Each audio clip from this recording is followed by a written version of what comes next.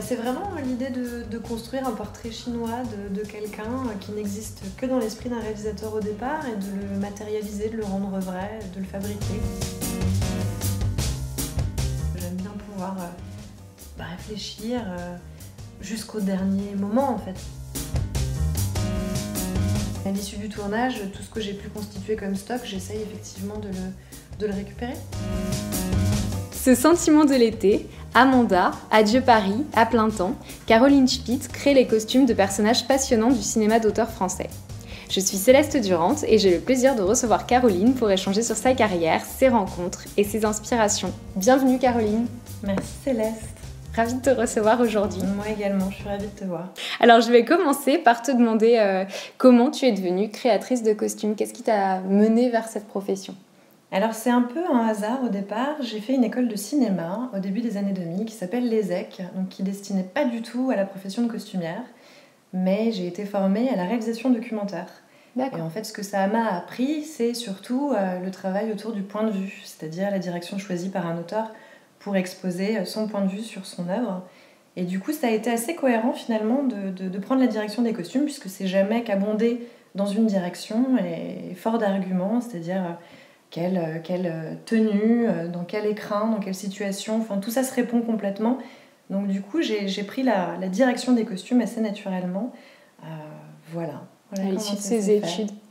À l'issue de ces études, absolument. Et en fait, qui dit école dit aussi rencontre. Donc j'avais des amis pas mal qui étaient dans différents domaines d'exercice, évidemment de cinéma au départ. Et quelques-uns qui ont commencé à faire des clips, réaliser différents projets comme ça. Alors au départ, sans trop d'argent. Donc c'était pas mal improvisé, mais c'était un endroit créatif vraiment, vraiment génial. Et j'ai vraiment adoré ça. Et donc j'ai commencé par travailler un petit peu autour de la décoration, j'étais un peu dans les accessoires, enfin je ne savais pas exactement quelle direction prendre à l'issue de tout ça, parce que j'étais surtout très cinéphile, je savais que je voulais travailler dans ce milieu-là, mais je ne savais pas encore exactement à quel endroit, donc j'ai touché à la déco, ça m'a beaucoup plu.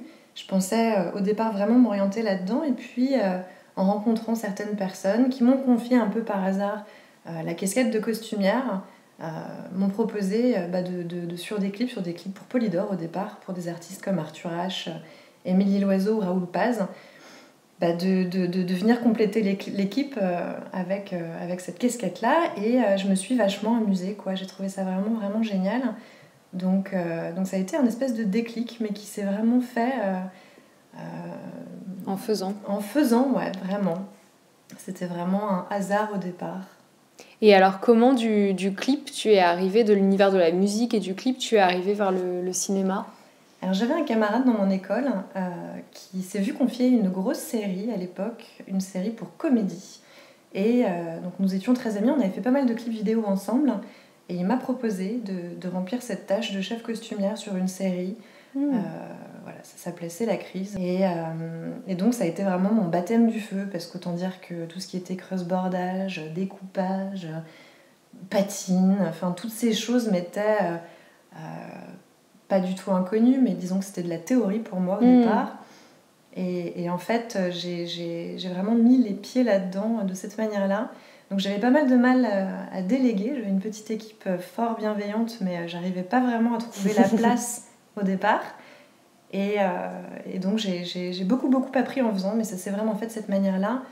Et puis à la suite de ça, j'ai rencontré Isabelle Panetier, chef costumière de grand talent, je trouve, qui était aussi une amie et qui m'a proposé de faire quelques renforts sur différents projets dont elle faisait les costumes. Et là, j'ai pu mettre un pied dans la production cinématographique un peu plus conséquente. Et j'ai pu voir des auteurs qui m'ont beaucoup plu, parce qu'Isabelle fait de très très beaux films, dont j'aime énormément le travail. Le sien et aussi son travail au service de ses réalisateurs, précisément. Je trouve qu'elle a beaucoup de talent. Et voilà, et donc du coup, de cette manière-là, j'ai pu découvrir le cinéma français. Formidable. Et qu'est-ce que tu dirais, il y a des choses particulières qu'elle t'a apprises, Isabelle Panetier, comme ça que tu as associées à elle, peut-être sur la façon de faire ce métier ? La première chose qui me vient, c'est le plaisir. Je trouve que c'est vraiment quelqu'un qui travaille avec énormément de plaisir, qui n'a pas envie que le costume soit forcément... en tout cas, ça s'appliquait au film que j'ai fait avec elle, parce qu'évidemment... Tu peux les reciter, ceux que tu as fait avec elle? Alors, Eastern Boy, à l'époque. Ensuite, j'ai pu faire Le sens de la fête de Nakache Toledano avec elle. Et puis après, on est restés un peu amis, donc on a pas mal discuté, donc je vois un peu sa manière de travailler et sa façon d'appréhender son travail. Et c'est quelqu'un qui, donc, effectivement, en fonction de ses projets, répond aux demandes d'un réalisateur ou d'une réalisatrice de différentes manières. Mais en tout cas, les films sur lesquels on a pu se rencontrer, elle aimait mettre en avant le fait que le costume était au service du film, quoi. Donc, j'aimais aussi son humilité, j'aimais cette approche-là, j'aimais cette manière de vouloir habiller les personnages avec des choses qu'on oublie finalement. Il ne s'agissait pas d'en faire un apparat, quoi. C'était vraiment tout autre chose, c'était vraiment le processus inverse. Et voilà, donc ça m'a beaucoup plu. Voilà, je dirais que ça a été un peu là je me suis dit, ce que fait Isabelle me plaît vraiment énormément. Et l'univers très visuel des clips, même de la série, parce qu'il y avait un univers assez volontairement assez fort. Enfin voilà, je me suis dit que ça me plaisait particulièrement d'aborder les choses de cette façon-là, ouais. De mettre à nouveau le costume au service d'une production cinématographique. Et puis c'était finalement le prolongement des études que j'avais tant aimé faire, c'est-à-dire comment on conçoit un objet cinématographique en couplant tous ces aspects de fabrication et de production. Et alors justement, à propos de rencontres, tu as accompagné le réalisateur Michael Herz, tu l'accompagnes depuis Ce sentiment de l'été qui est sorti en 2015. Tu as aussi créé les costumes d'Amanda en 2018 et des Passagers de la nuit qui est en ce moment en salle. Donc est-ce que tu peux nous raconter comment vous vous êtes rencontrés ? Alors on s'est rencontrés par le biais d'une collègue costumière à l'époque qui s'était vue proposer le film mais qui ne pouvait pas le faire et qui m'a proposé de rencontrer Michael. Et en fait, on s'est très bien entendu. Michael est quelqu'un d'assez réservé. C'est pas quelqu'un qui traduit forcément ses intentions de manière très simple, ou il nourrit pas son analyse par énormément de mots. C'est quelque chose qu'il faut apprendre à traduire. Et moi, ça m'a beaucoup plu. J'aime beaucoup sa personnalité. Et je crois qu'on s'est trouvés assez complémentaires. Donc on s'est très bien entendu tout de suite et en plus son scénario, Ce sentiment de l'été, c'était un cadeau parce qu'il s'agissait de partir à Berlin, à New York, même si ça paraissait complètement exotique pour la très très jeune costumière que j'étais. Donc c'était absolument génial et puis voilà, c'est quelqu'un qui m'a vraiment fait confiance. Donc on a travaillé, il m'a demandé d'être présente sur les plateaux de ses tournages et parce que même en établissant des dépouillements, en faisant des choses assez concrètes, assez précises en fin de prépa pour partir en tournage, il aimait l'idée de pouvoir avoir une conversation permanente avec moi, alors sans qu'il ait besoin de réécrire ou de réinterpréter les choses pendant le tournage, mais c'était plus qu'il avait besoin de voir les choses dans le cadre et en situation pour pouvoir vraiment se conforter dans l'emploi de telle ou telle tenue. D'accord, c'est intéressant comme approche. Donc tu l'as suivi au fil du tournage C'est vraiment, je l'ai accompagné pendant tout le tournage et après c'était un film qui était aussi assez financièrement fauché. Donc les temps de préparation étaient assez courts et effectivement ça nous a permis de faire quelque chose pendant le tournage. Je pense qu'il a manqué un peu de temps avant et en fait ça a permis pendant de rétablir un peu la vérité. Et justement, est-ce que tu as même acheté peut-être des choses dans les villes où vous tourniez ? Absolument. J'ai eu le plaisir immense de faire les fripes de Berlin. J'ai pu faire aussi des magasins à New York. Oui, c'est deux villes en plus assez incroyables pour pouvoir chiner. Ça, c'est délirant, c'est absolument génial. Donc voilà, j'étais vraiment très très heureuse de commencer de cette manière-là. Ça a vraiment été un très beau cadeau. Et puis ensuite, on s'est retrouvés sur Amanda. Donc on se connaissait assez bien après ça, parce qu'on a commencé à tisser même une relation amicale. Et du coup, il m'a proposé Amanda, que j'ai trouvé absolument magnifique aussi à la lecture du scénario. Et là, les temps de préparation étaient un peu plus conséquents. On a pu vraiment discuter ensemble, bien en amont. Et voilà, et ça a été absolument génial. tellement qu'on a recommencé une 3e fois. Ça, c'est formidable de retrouver un même réalisateur au fil des projets. J'imagine que vous vous comprenez de mieux en mieux, il y a un langage qui se développe. Exactement, c'est une vraie chance, il y a un état de confiance comme ça qui se dessine vraiment dans le temps et on se nourrit l'un l'autre de notre perception, des choses qu'on échange en fait quotidiennement, des films qu'on voit, des choses qu'on ressent. Il aime énormément la musique, il en parle beaucoup. Je suis moi-même assez fan de musique, donc du coup on échange de manière assez permanente, mais même au-delà des préparations des films et des tournages, donc voilà, on a effectivement établi une relation qui fait que c'est très très naturel de travailler ensemble et c'est extrêmement agréable. C'est un vrai gain de temps en fait, maintenant.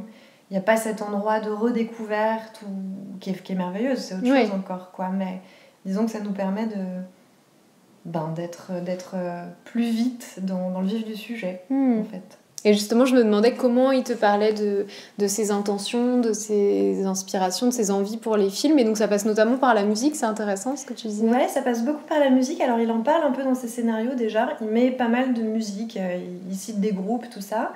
Et puis après, Michael, c'est assez drôle, puisque quand il fait son tournage, chacune de ses feuilles de service sont accompagnées d'une musique du jour. Donc, il met vraiment vraiment la musique est au cœur de ses projets. Absolument, c'est absolument... c'est son équilibre, je dirais. C'est indispensable pour lui d'avoir ça. Et alors, ce qui se passe, c'est que plus on avance dans notre relation, plus je pense on devient amis. Donc on peut vraiment y aller de références cinématographiques, mais même en les dépiotant, les analysant. Enfin, on y accorde un temps du fait voilà, qu'on se connaisse bien maintenant aujourd'hui. Et par exemple, sur Les Passagers de la nuit, c'était plus que jamais le cas parce qu'il s'agissait d'un film qui se passe dans les années 80. Donc là, vraiment, il s'agissait d'avoir un maximum de références pour pouvoir échanger. Donc j'ai été chercher sur le site de l'INA beaucoup. J'ai été chercher dans toute la cinématographie française, pas internationale parce que le propos était vraiment français. Et c'est sûr que la mode, quand on va voir les films des années 80... Par exemple, aux États-Unis, ce qui se mettait n'était pas du tout la même chose qu'en France. Et puis ça se remarque assez bien d'ailleurs dans les films de Piala. C'est clairement pas la même chose. Donc du coup, voilà, j'ai fait toutes ces recherches-là. J'ai passé pas mal de temps avec ma camarade Charlotte Weiss, qui est vraiment mon binôme, que j'aime beaucoup et qui m'a accompagnée sur ce film. Donc à nous deux, on a vraiment été puiser un maximum à droite, à gauche, dans des catalogues également, forcément. Et puis on a essayé de dessiner, voilà, en fonction de ce que Michael traduisait dans son scénario, la personnalité de chacun de ses personnages. Et voilà. Et puis en fait, fort de ces images, il n'est pas d'une grande précision nécessairement en préparation, donc il me donnait un peu des intentions, des tonalités, où il évacuait des choses, et ça nous permettait de resserrer les choses. Et puis ensuite, on a surtout eu la chance de faire de nombreux essayages avec Charlotte Gainsbourg, qui s'est vraiment prêtée à l'exercice avec beaucoup de générosité, qui était vraiment absolument disponible et qui émettait assez peu comment dire de réserve, ou même qui discutait pas du tout les costumes pendant qu'on le faisait, donc c'était assez merveilleux. Elle vous faisait confiance. Oui, et en fait elle était à la suite du premier, second, troisième essayage, c'est dessiner vraiment quelque chose qu'on argumentait, forcément on lui explique quelles sont nos attentions. Et en fait, elle se laissait vraiment surprendre. Ça lui permettait de nourrir son personnage, en fait, en définitive. Et c'est pas l'inverse. C'est pas elle qui est allée vraiment décrire ou définir. Ça aurait pu être le cas, mais elle s'est laissée accompagner vraiment. Elle s'est laissée même un peu devancer parfois par nos propositions. Donc c'est vraiment un personnage qui passe de la jupe au jean, par exemple, qui fait pas particulièrement attention à ce qu'elle porte. On avait envie de faire quelque chose de très très naturaliste de ce point de vue-là. Et elle a trouvé ça assez fort, voilà, assez fort, pas entre guillemets, on s'entend, mais en tout cas, ça l'a aidé, je pense, à construire son personnage. Et je me disais aussi, dans ces films, il y a une grande douceur, notamment ce sentiment de l'été, Amanda, une couleur, une lumière qui est très particulière. Et je me demandais s'il y avait des choses particulières à raconter sur la collaboration avec les autres chefs de poste, et notamment les personnes qui sont occupées, les chefs opérateurs de ces films.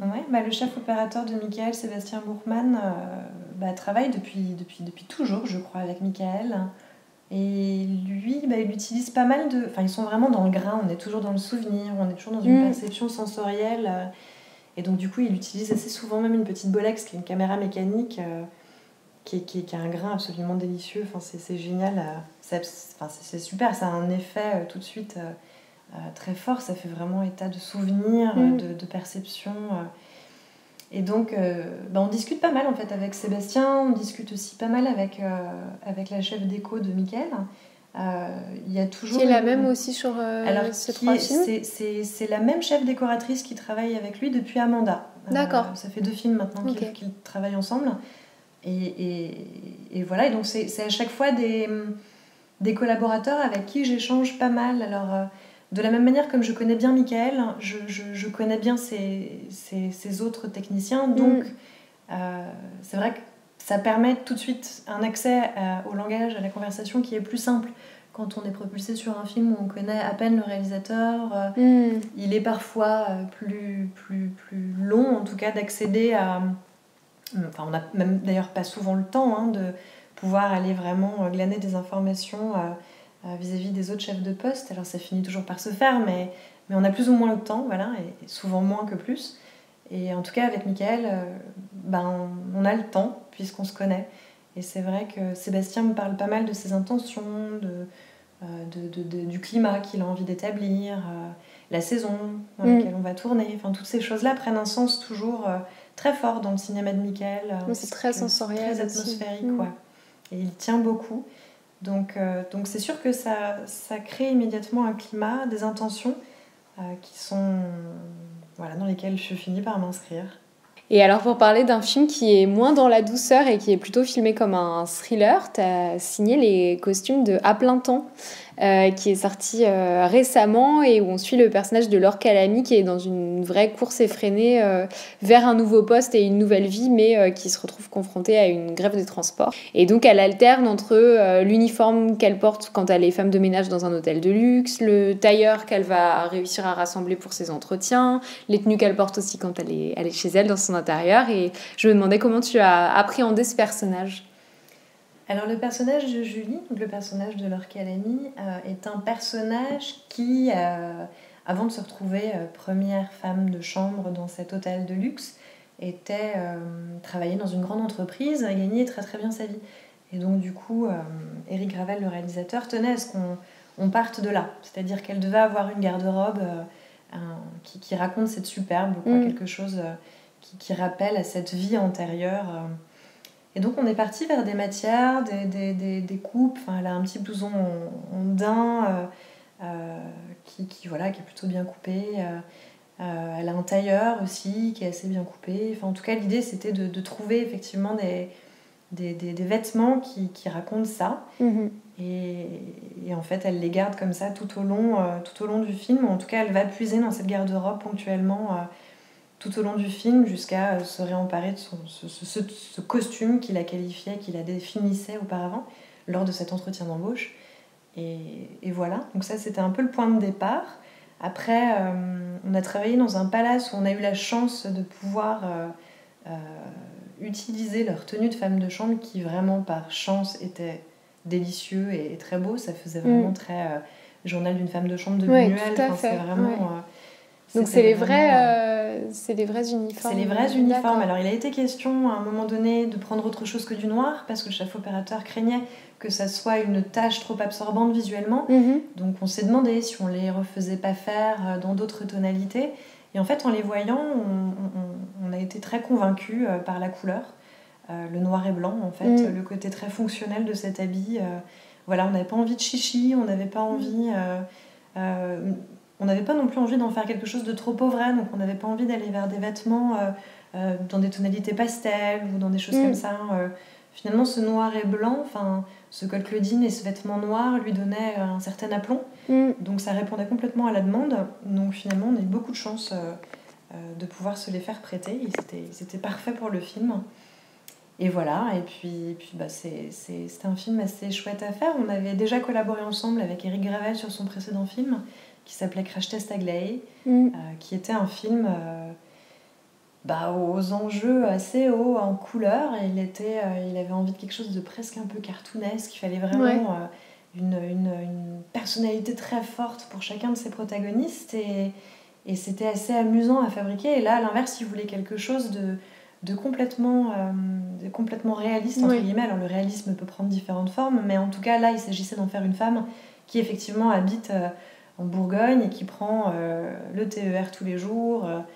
Voilà, il fallait en faire une âme, comme toutes celles qui empruntent les transports en commun, et pas autre chose. On n'avait pas envie d'en faire une super-héroïne, c'était une héroïne du quotidien, quoi.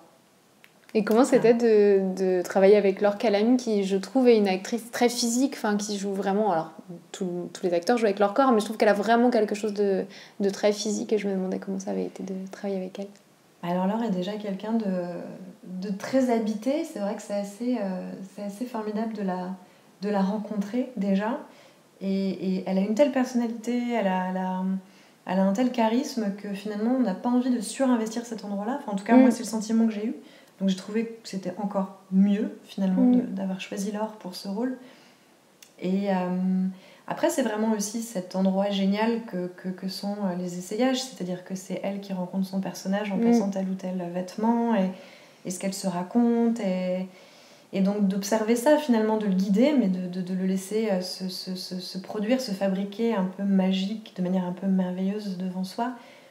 Et Laure est très généreuse pour ça. Enfin, elle a envie vraiment de composer quelque chose, elle est assez réceptive aux propositions qu'on peut lui faire, et à la fois elle a une telle perception précise de son rôle que finalement les choses s'accordent assez vite. Voilà, avec Laure, ça a été assez rapide. Voilà. D'accord. On a trouvé quelque chose vite. Très bien. Et je voulais aussi te parler du dernier film qui a été réalisé par Édouard Baird, dont tu as signé les costumes, qui s'appelle Adieu Paris, avec un très très beau casting. Il y a notamment Pierre Arditi, François Damiens, Gérard Depardieu, Benoît Poelvoorde. Donc est-ce que tu peux nous parler un peu de ce projet qui est assez atypique en plus sur sa forme cinématographique? Eh ben oui, et atypique même dans sa production, je peux te dire, parce que c'était tellement une économie tellement comment dire, chiche. Un temps tellement bref que là il s'agissait d'aller chercher dans les armoires de ces illustres comédiens, comme j'ai pu le faire dans des courts-métrages avec des comédiens parfaitement inconnus.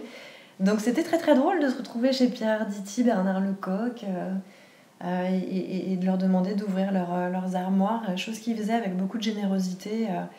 Donc c'était assez merveilleux. Et puis avant ça quand même il y a eu plusieurs échanges avec Édouard Baird qui avait des visions très très précises de ce qu'ils voulaient faire et des références, comme c'est des hommes qui ont tous un certain nombre d'années au compteur dans son film, parlaient de grandes personnalités des années fin 70-80, donc beaucoup de gens qui m'étaient parfaitement inconnus, donc j'ai essayé de décrire en phonétique quand je le rencontrais parce qu'il parle très très vite. Oui.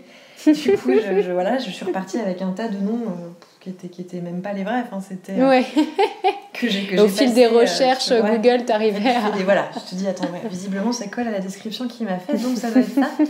Et à partir de là j'ai fait donc mes petites recherches, j'ai été voir les uns et les autres, on a fait des essayages de ce qu'ils avaient et puis on a complété par effectivement des achats, des locations de choses. Donc voilà, après, c'était assez amusant à faire. Parce que d'accéder à toutes ces garde-robes, ça devait être quand même assez... Ouais, c'est assez rigolo. Et puis vraiment, tous se prêtaient au jeu. C'est vrai qu'Édouard, étant quelqu'un qui travaille évidemment avec beaucoup, beaucoup de précision, enfin, en tout cas, il y a toujours un truc de camaraderie. Et les observer entre eux, et du coup, moi, avoir l'immense plaisir d'intervenir dans ces moments-là, parce que j'ai passé pas mal de temps avec eux quand ils étaient ensemble, quand ils répétaient. C'était assez joyeux bordel. Voilà, faut le résumer comme ça, je crois. Un vrai joyeux bordel. C'est chouette. Oui, puis il y a quelque chose de très intime dans sa garde-robe quand même, donc c'est vrai que c'est super qu'il te l'ait ouverte. Ouais, carrément. Volontiers. Et t'es resté sur le tournage aussi qui était rapide alors, j'imagine. Qui était très très rapide et qui s'est interrompu pour cause de Covid, qui a repris ensuite. Moi, j'ai été là un petit peu au début et voilà, en fait, à vrai dire, j'ai pas fait le tournage, mais j'y suis allée juste pour le plaisir de les entendre tourner à la Closerie des Lilas à 3 caméras dans des tirades parfois de 15 minutes avec toutes les improvisations que ça engendrait. Mais c'était très très amusant de regarder tout ça. Et voilà, non, après, il s'agissait vraiment de trouver des personnages. Là, à nouveau, c'était autre chose que À plein temps ou que les films de Michael qui se veulent être plus réalistes, vraiment où le costume est au service d'une narration au sens discrète du terme. Là, il voulait vraiment créer des personnalités, qui est vraiment un caractère, quelque chose d'un peu outrancier parce que ces garçons se la racontent, quoi. Ouais. Et ça, c'était assez amusant à imaginer, oui, forcément. Ouais, un univers très différent encore. Ouais. Et un autre acteur-réalisateur avec qui tu as également travaillé, c'est Mathieu Amalric. Tu as fait les costumes de son dernier film Serre-moi fort. Est-ce que tu peux nous en parler ? J'ai fait son dernier film et alors, ça reprend un petit peu la discussion qu'on avait au départ sur ce que c'est que de travailler avec quelqu'un dont les idées se matérialisent au fur et à mesure, vraiment, et Mathieu Amalric ne travaille pas avec un scénario préétabli à partir duquel on tourne. C'est quelqu'un qui revisite sans arrêt son scénario. Donc il est vraiment dans la revisite quotidienne il dialogue avec lui, avec ses personnages et ses techniciens quotidiennement. Donc c'est vraiment quelqu'un qui a besoin d'être accompagné jusqu'à la dernière seconde. Là, pour le coup, t'étais tout le temps et donc là, sur j'étais le tournage, vraiment avec lui sans arrêt. Et c'est un processus qui est assez génial parce que moi, ça me plaît. J'aime bien pouvoir réfléchir jusqu'au dernier moment, en fait. Après, c'est assez chouette, quoi. Et voilà, c'est quelqu'un qui est vraiment dans une forme de collaboration. Il va vraiment te poser des questions et essayer de trouver des solutions avec toi. Et ça, c'est assez chouette à faire. Voilà, moi, j'ai beaucoup aimé travailler avec lui. Oui, parce qu'on pourrait dire que c'est déstabilisant aussi, que tout ce que tu as préparé en amont peut être challengé au quotidien. Oui, absolument, mais c'est vrai que toute la préparation est remise en question parce qu'on fait une préparation, on rencontre les comédiens, on définit des choses, on se dit que telle et telle chose pourrait s'appliquer à tel ou tel moment, on est dans un degré forcément de précision dont ils ont besoin au moment de la fabrication de leur personnage. Puis en fait, ça explose littéralement au premier jour. Donc c'est assez... ça n'a rien de frustrant, je dirais qu'à l'inverse, c'est un processus créatif pour lui qui est assez chouette en fait. Enfin, on refait le film en permanence, en fait. On le réécrit constamment. Enfin, bien entendu, moi je ne suis qu'une petite main pour l'aider à faire ça, mais c'est assez génial. Voilà. Oui, ce qui doit être excitant aussi, c'est si tout le monde est concerné, en fait. Vous refaites ensemble le film tous les jours. Oui, c'est pas un acharnement sur les costumes. Ça concerne tout le film dans sa globalité. Et ça pourrait le devenir. Ça pourrait être effectivement... là, quelque chose s'est dessiné, ça devient une évidence. Quelles sont les solutions qu'on pourrait trouver et voilà, alors on essaye d'y répondre au mieux avec les moyens qu'on a, parce qu'évidemment, les films, c'est des moyens, donc après, on n'a pas non plus accès à tout ce qu'on veut. Mais c'est assez challengeant, c'est assez chouette de fabriquer de cette manière-là. C'est une autre forme de création. Oui, avec des recours alors au quotidien, comment tu fais ? Parce que j'imagine que tu n'es plus forcément près des loueurs de costumes, par exemple, tu dois acheter. Pas du tout, parce qu'on a tourné pas mal à Saint-Gaudens, au pied des Pyrénées, et donc autant te dire qu'il n'y a rien. Mais alors, que dalle. Et on reste quand même dans quelque chose d'assez cloisonné. Hein. Les personnages sont écrits, la situation est écrite. Donc il s'agit juste de remanipuler, de réinterpréter certaines choses. On improvise vachement. Parfois il s'agit d'aller chercher dans le coffre de l'accessoiriste un truc, un élément, une idée, quelque chose. Et puis après ça fonctionne en camaraderie, ces tournages. On est tellement tous ensemble pendant la durée de ce tournage que finalement on n'hésite pas à solliciter les uns et les autres. Enfin, tout explose, mais vraiment à tous les niveaux. C'est-à-dire que l'accessoiriste peut devenir une espèce de presque d'habilleuse, quoi. Enfin, on va trouver des solutions ensemble. Enfin, c'est assez chouette de faire ça doit être une belle dynamique. Ce qui est bien, c'est que ça laisse vraiment beaucoup de place à la création, quoi. On cherche des solutions avec les moyens qu'on a, quoi. Et ça, c'est drôle. Et c'est cool. Oui, c'est des expériences de tournage très différentes que tu décris, enfin de tournage et de préparation aussi d'un univers de réalisateur à l'autre, donc c'est vrai que ça doit être très riche. Il n'y a pas vraiment de schéma, c'est vrai que après c'est l'économie à nouveau qui définit les choses. C'est vrai qu'une chef costumière ne peut pas être présente sur la durée du tournage. ce qui est très regrettable, parce que quand même les choses se font au moment où on les met dans la boîte. Donc après, voilà, être présent, ça sous-entend qu'il y a une économie qui le permet. Donc c'est vrai que ça s'applique pas à tous les films non plus, mais quand c'est possible, c'est génial, parce que ça permet juste d'être encore plus précis dans son travail, quoi. On a discuté avant l'interview et tu me disais que tu avais un stock de costumes chez toi. Et donc ça m'intriguait de savoir un peu ce qui se trouve dans ce stock. Alors dans ce stock se trouve pas mal de costumes que j'ai pu récupérer des différents films que j'ai pu faire. Donc c'est plutôt du contemporain jusque-là. Quoique maintenant ça glisse dans les années 80, ce qui est assez chouette. Et en fait, j'ai un peu de place pour les stocker, donc c'est une chance. Et c'est vrai que ça me permet d'avoir recours à des pièces patinées, à portée de main. Et ça, c'est assez chouette. Donc je m'en sers ponctuellement. Enfin, c'est évidemment... c'est jamais plus que ça, parce que sinon, ce serait de la triche. Mais ça sauve des coups. C'est plutôt pas mal d'avoir à portée de main... cette petite pièce remplie.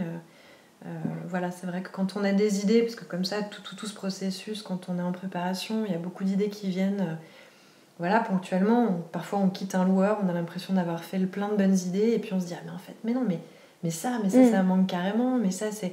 Attends, mais ça, c'est génial, mais putain, mais oui, évidemment, pourquoi j'y ai pas pensé ? Donc voilà, ponctuellement, ça peut me sauver des coups. Après, j'ai pas tout, évidemment, donc il faut y retourner. T'as combien de pièces, à peu près ? Alors, résumer ça comme ça, c'est compliqué. Je te dirais que... je sais pas,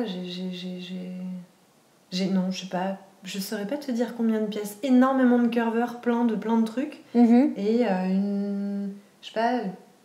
6 portants. 6 portants de vestes, de choses comme ça. Ouais, ça commence à faire pas mal. Donc c'est chouette, parce que si on prête attention, on retrouvera peut-être une chemise des passagers de la nuit dans un film, mais on verra pas. Non, mais ouais, il y a effectivement des choses. On est, par exemple, sur les passagers de la nuit, on est allé vraiment jusque dans le nord de la France, chez les loueurs, chez les fripiers, parce qu'on voulait vraiment des choses qui n'étaient pas justement vues ailleurs. Donc on a vraiment pris la route de ce truc-là. Après, on a beaucoup chiné, on a vraiment essayé d'acheter des choses au maximum avant d'aller chez les loueurs qui ont quand même des pièces super. Puis pour après la figuration, parce que faire un film d'époque, c'est surtout traiter la figuration, et ça, c'est du taf, quoi. Donc ce qui est bien, c'est qu'aujourd'hui, les années 80 sont complètement... sont revenus à la mode. Donc c'est vrai que les gens ont facilement un 501 dans leurs affaires. Donc on arrive à... parce que bon, c'est quand même pas des films qui se font avec des dizaines de milliers d'euros, c'est toujours un peu moins que ça. Donc du coup, il faut solliciter l'aide des figurants, et c'est vrai que déjà leur donner des indications et savoir qu'ils peuvent y répondre en partie, c'est une chance, et après compléter par le stock d'Eurocostume, de la compagnie, de collectif, de Velvet, le stock d'Isabelle Pentier et de Virginie Montel, qui est aussi un lieu absolument génial. Voilà, c'est autant d'endroits merveilleux qui permettent de compléter tout ça, enfin, qui sont même plus que des complémentarités, c'est la base. Mais oui, bon. C'est là où parfois le travail commence. Et c'est drôle que tu parles, parce que c'est vrai que c'est une question qui revient beaucoup, moi, sur le compte Instagram, c'est que deviennent les costumes après un tournage. Donc parfois, ils arrivent en partie chez la créatrice. Voilà.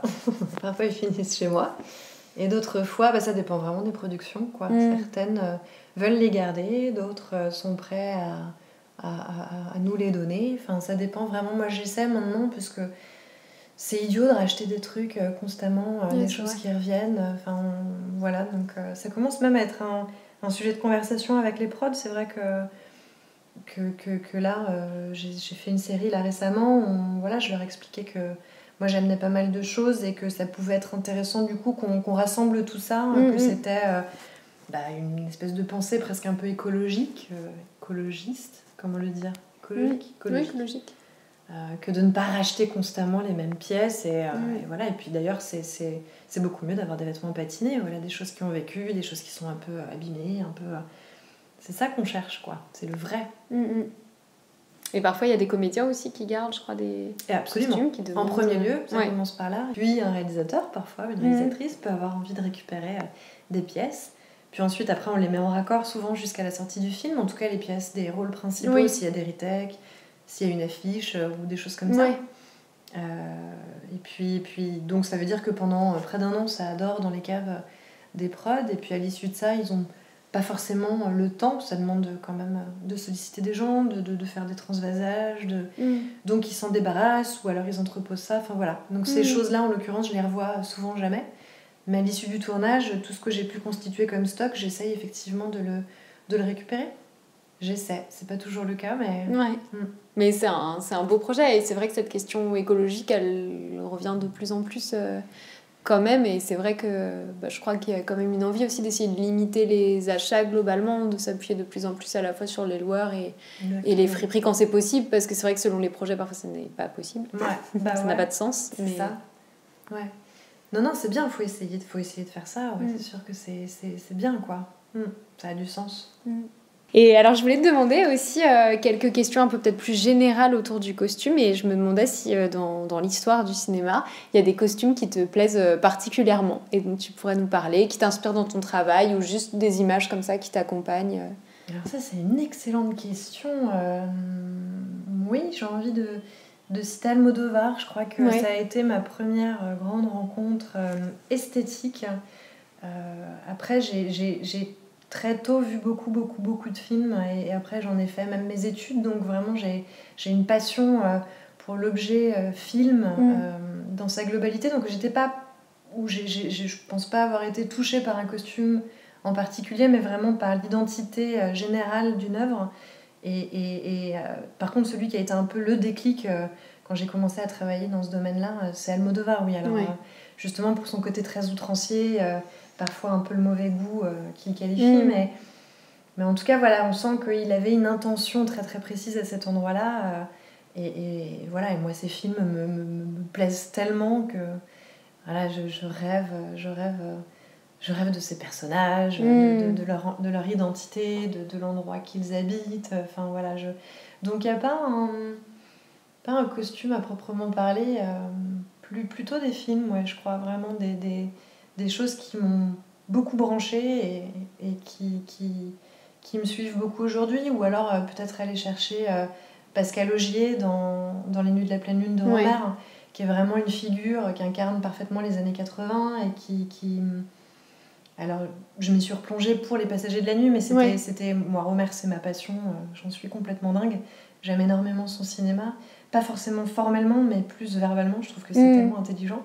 Et le personnage de Pascal Augier est super parce que c'est vraiment elle qui a conçu les décors, qui est allée chercher des costumes, voilà, d'ailleurs, je crois que c'est notamment sa propre garde-robe. Exactement. Des amis à elle qui sont présents tout au long du film, enfin, qui sont intervenus sur certains accessoires. Enfin, bon, donc ce que je trouve puissant dans ce film, c'est vraiment comment on raconte une génération. Voilà, vraiment. Et elle l'incarne divinement. Donc ouais, je crois qu'elle a eu une petite place impact quand même dans mon process. Et dans les films d'Almodovar, il y en a que tu aimes particulièrement Alors ouais, immensément Volver. Je crois que c'est mon film préféré d'Almodovar, que j'ai découvert pendant mes études, mais qui est, je trouve, d'une beauté folle. Voilà. Et puis les costumes sont délirants. Moi, je trouve ça absolument magnifique. Il arrive à faire quelque chose de très très beau, de très... Enfin, c'est quand même une femme qui n'a pas de moyens, qui lutte dans sa vie de manière permanente, qui est encadrée par d'autres figures féminines du même genre, et il les rend très très belles, quoi, en pleine possession de leurs désirs, de leur vie, et je trouve ça très fort, ouais. Je trouve qu'il arrive à faire quelque chose, mais ça se retrouve dans tous ses films. Il y a toujours même une petite maladresse qui raconte la maladresse des gens. Enfin, voilà, c'est très bien foutu, je trouve. Est-ce qu'il y a un costume que toi tu as créé, une silhouette que tu as pensée et dont tu es particulièrement fière ? Et pourquoi ? C'est difficile de répondre à cette question. Je dirais, je suis plutôt contente de tout ce que j'ai pu faire, même si après en les revoyant je me dis peut-être que ça je l'aurais fait un peu différemment, voilà, parce que j'ai aussi un peu appris en faisant au départ, quoi. Donc quand on voit son travail, on se dit toujours j'aurais peut-être pu faire un peu autrement ou différemment, mais non, globalement je suis assez contente parce que ça m'a amené, je dirais, ça m'a amené à aujourd'hui pouvoir continuer ce que je fais. Donc je pense que chaque costume, chaque personnage qu'on a pu dessiner ensemble est un révélateur de quelque chose. Voilà. Donc tout, c'est aucun à la fois, parce que voilà, c'est une œuvre à nouveau. Donc je pense que c'est vraiment le film dans sa globalité. Et je suis plutôt contente des films sur lesquels j'ai pu travailler. Je suis assez heureuse d'avoir pu participer à voilà, la plupart des films que j'ai faits. Donc c'est assez chouette pourvu que ça dure. Je te le souhaite. Et justement, qu'est-ce qui te plaît le plus dans ton métier, tu dirais ? C'est vraiment l'idée de construire un portrait chinois de quelqu'un qui n'existe que dans l'esprit d'un réalisateur au départ, et de le matérialiser, de le rendre vrai, de le fabriquer, quoi. Donc imaginez comment cette personne s'habillerait, ce que ça raconte d'elle, où va-t-elle habiter, acheter tel ou tel vêtement, quels sont ses moyens financiers, quel est son rapport à sa tenue, qu'est-ce qu'elle veut montrer d'elle-même. Donc vraiment en premier lieu, c'est tout ce portrait-là, moi, qui me plaît beaucoup. Et puis après j'adore réfléchir en termes de décor costume. Voilà, qu'est-ce qu'on peut mettre à tel endroit, comment visuellement ça matche avec les autres tenues. Alors voilà, faut le faire avec un regard quand même. Enfin, faut avoir un regard global effectivement sur les choses pour que ça soit poli visuellement. C'est un peu moche comme mot, mais je trouve que ça résume assez bien les choses. Que ça soit équilibré, quoi, voilà, quelque chose comme ça. Après, ça peut être outrancier quand c'est nécessaire, bien entendu, mais voilà, si ça doit l'être, que ça a une raison d'être, quoi. Donc voilà. Et ce portrait chinois dont tu parles, est-ce que tu as des méthodes ? Est-ce que tu écris ? Est-ce que tu fais des moodboards ? Est-ce que tu dessines ? Je fais beaucoup de moodboards, je fais beaucoup de recherches picturales. Je passe pas mal de temps à aller chercher dans des films, chez des photographes, dans toute forme de sources diverses et variées. Et là, depuis peu, je commence à me mettre un peu au dessin. Alors, je dessine depuis très très longtemps. J'avais même commencé, avant mon école de cinéma, à faire une fac d'art plastique. Enfin, oui, donc ça t'attirait vraiment. Que j'aime beaucoup. Mais je n'ai jamais pensé que le dessin de costume pouvait vraiment m'intéresser. Enfin, en tout cas, je l'ai jamais envisagé comme ça, et là depuis peu ça se révèle être quand même un super bon moyen pour résumer les choses, pour les raconter, pour les imaginer. Donc voilà, mais après ça arrive peut-être un peu après, c'est-à-dire que je commence vraiment par faire des rassemblements d'images, et puis ensuite tu crées des dessin. Voilà, si quelque chose se révèle, se dessine, ça se dessine concrètement, quoi. Voilà. C'est amusant que ça ne soit pas venu peut-être tout de suite, alors qu'en effet tu maîtrisais bien la technique du dessin en soi, mais c'est venu au fil de tes expériences. Le dessin, initialement, c'était vraiment l'outil de création, l'œuvre. Une expression artistique. Complètement différente, absolument pas fonctionnelle. D'accord, oui, donc du coup c'était très éloigné. C'est ça. C'est chouette. Comme quoi. Ça bouge. Et est-ce que pour la suite, il y a un type de projet sur lequel tu aimerais particulièrement travailler, et pourquoi, ou pas spécialement ? Qu'est-ce qui t'attirerait pour la suite ? Plein, j'aimerais... Il y a beaucoup de réalisateurs avec lesquels j'aimerais beaucoup travailler. Alors, des gens qui sont très bien entourés à l'heure actuelle, mais bon, rêvons un peu. Même outre-Atlantique. Oui. Je vais y aller, je vais te dire Cronenberg, David Lynch. Alors, ça paraît un peu mal barré parce qu'il est plus tout jeune maintenant, mais bon, sait-on jamais. Il paraît même qu'il a un film. Parce que j'allais dire, en plus je crois qu'il fait plus trop de cinéma, mais alors il fait beaucoup d'œuvres à la Lynch, des choses un peu barrées, hybrides, mais il y a beaucoup de cinéastes qui me passionnent aujourd'hui, même en France. Julia Ducournau, moi, c'est quelqu'un que je trouve incroyablement talentueuse, je la trouve merveilleuse. Dominique Moll, Seules les bêtes, dont Isabelle Pentier a signé les costumes. Je trouve que c'est génial. Léos Carax, moi, m'enchante absolument. Annette est un film, je trouve, magnifique, divinement mis en costume par Pascaline Chavannes. Il y a beaucoup de réalisateurs français dont j'aime beaucoup le travail. Voilà, après, c'est des gens dont j'aime vraiment le cinéma et qui ont... Après, voilà, on est au service d'un réalisateur, donc c'est vrai que... ce qui se dessine dans la filmographie de ces gens-là me plaît beaucoup, et j'aimerais immensément les rencontrer et travailler, faire une collaboration avec eux un jour, peut-être, on verra. Ce serait génial. Et je te souhaite de croiser leur route alors. Merci à Caroline Spitt d'être venue parler au micro de Profession Costumière de sa carrière avec cinéphilie et délicatesse. Merci également à Thomas Goudou qui écoute ce podcast et nous a mis en relation. Si vous aimez ce podcast, n'hésitez pas à le suivre sur Instagram, @professioncostumière, et à lui laisser un commentaire sur Apple.